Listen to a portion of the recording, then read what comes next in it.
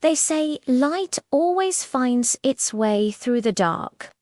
But what if one light never stopped waiting for someone who was never meant to return? On the edge of a forgotten village stood an old lighthouse, silent for decades. Its keeper, a man named Elias Grey, had vanished one stormy night 40 years ago. Yet every year on the same night, the light flickered to life. No one dared to climb the hill to see who or what lit it. That's where our story begins, with Mara, a historian obsessed with local legends. She'd spent years chasing the truth behind ghost lights, strange beacons said to mark restless souls.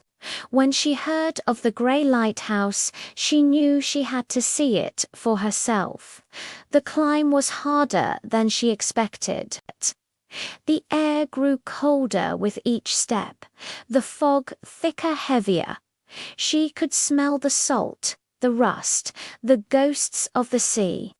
At the top, the lighthouse stood like a wounded sentinel, its glass shattered, its metal rusted, yet its lantern still faintly glowing. Flicker, pause, flicker again, almost like it was breathing. Inside, the air was heavy, soaked with time. Old logbooks lay scattered, their ink washed away by years of dampness.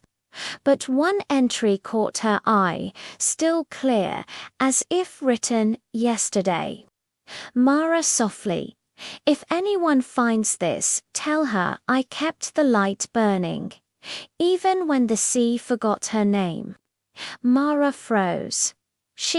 Who was she? Elias had never married, never even been known to love anyone. Then, as lightning struck the horizon, she saw a shape by the window, a man, faint and transparent, staring toward the sea, his hands trembling, holding a small lantern. Elias whispered, faint, she said she'd come back when the sea calmed. Mara's heart pounded. She could feel the sorrow radiating from him, a presence not of malice, but of longing. Mara, Elias voice cracking. She promised, Mara, who did, Elias Anna, my wife. The sea took her before the storm ended, but she said she'd find the light again. Mara glanced at the old logbooks again, and suddenly the puzzle made sense. Anna Grey, a name erased from local records, marked lost at sea. But here, in the heart of decay, her memory still burned. Elias had stayed in that lighthouse night after night, guiding ships that never came, until one night the storm grew too strong, and he too was claimed by the ocean. But his spirit never left. He waited year after year, lighting the lantern on the same night she vanished. The light that waited for love that never returned. Mara felt tears sting her eyes. She walked to the lantern, touched the glass, and for a brief moment she saw it. A silhouette in the waves.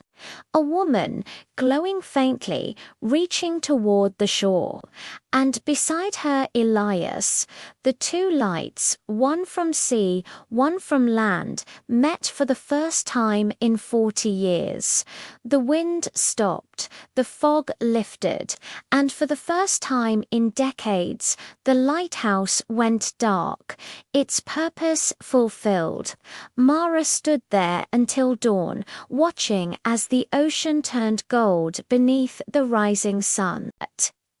She never spoke of what she saw, but every year on that same night she'd light a single candle in her window, a promise to those who wait too long in the dark.